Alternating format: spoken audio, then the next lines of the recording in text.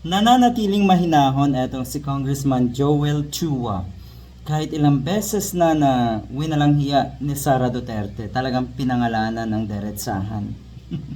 At kung ano-ano pang kasinungalingan ang ginawa netong si Sara Duterte.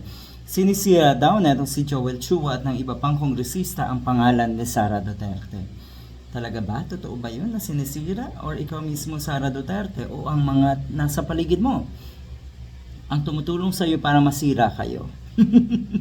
Minsan ganun eh, yung akala mo ay sinusuportahan ka all the way, pero naandon at yung kanilang pagdepensa sa iyo ay hindi nyo na papansin, ay paninira or sumisira na sa pangalan ninyong mga Duterte.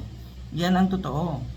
Paano ba naging valid yung pagbabanta na yon?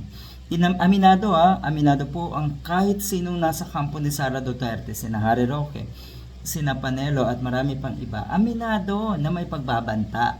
Kaya lang daw kasi dapat ay tinignang mabuti yung context ng Zoom conference or online conference na yon, kung bakit nasabi yon ni Sara Duterte.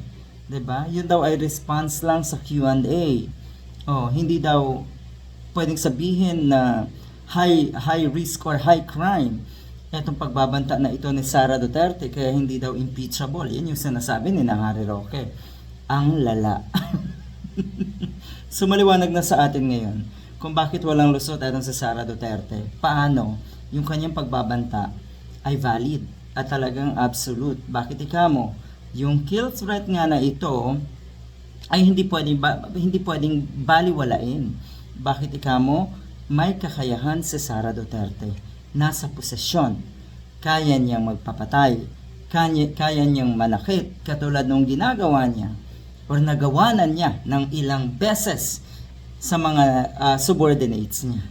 Alam ng mga kababayan natin yan.